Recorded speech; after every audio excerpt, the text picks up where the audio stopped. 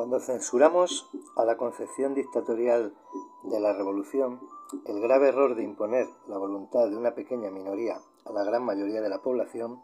se nos responde que las revoluciones son hechas por las minorías. En la literatura se encuentra a menudo repetida esta expresión, que contiene efectivamente una gran verdad histórica.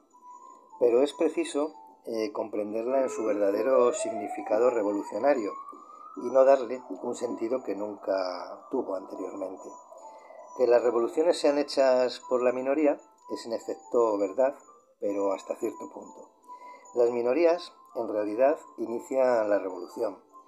toman la iniciativa de la acción, destrozan las primeras puertas, abaten los primeros obstáculos, ya que saben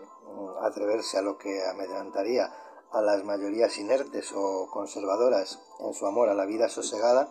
y en su temor a correr grandes riesgos. Pero si una vez destrozadas las primeras ligaduras, las masas populares no siguen a las minorías audaces, el acto de estas sería seguido por la reacción del viejo régimen, que se tomaría la revancha,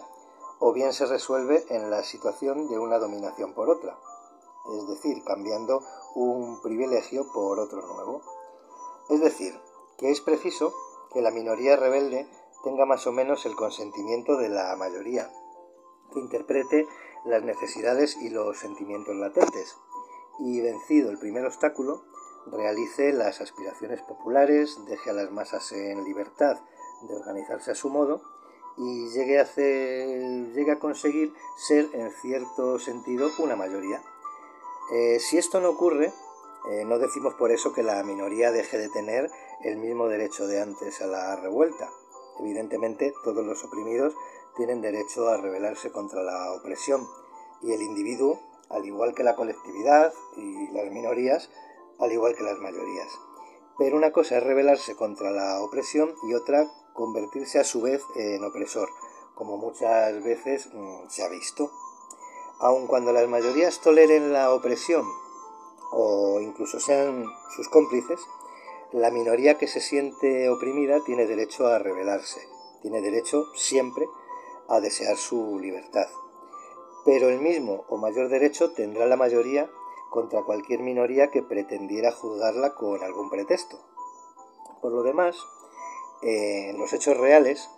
los opresores constituyen siempre una minoría, tanto si oprimen abiertamente en su propio nombre, como si ejercen esta opresión en nombre de hipotéticas colectividades o hipotéticas mayorías. La revuelta es, por consiguiente, al principio, la obra de una minoría consciente,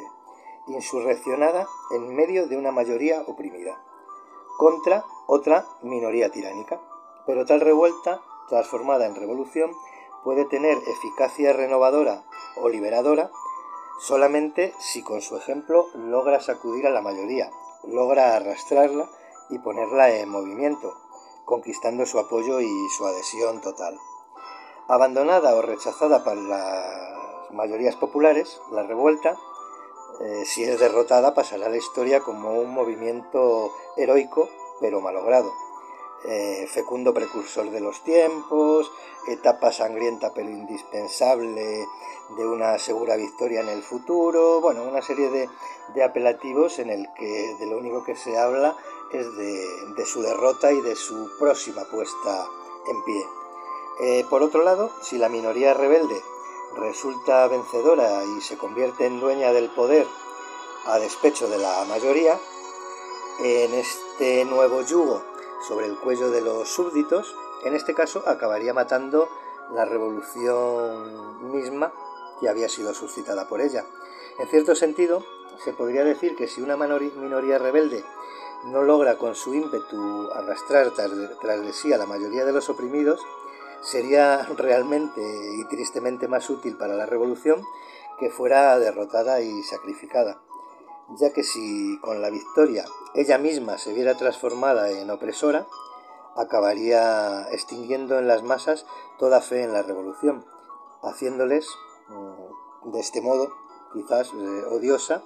una revolución de la cual surge nada menos que una nueva tiranía, cuyo peso y cuyo mal real sería sentido por todos, cualquiera que fuera el pretexto y el nombre con que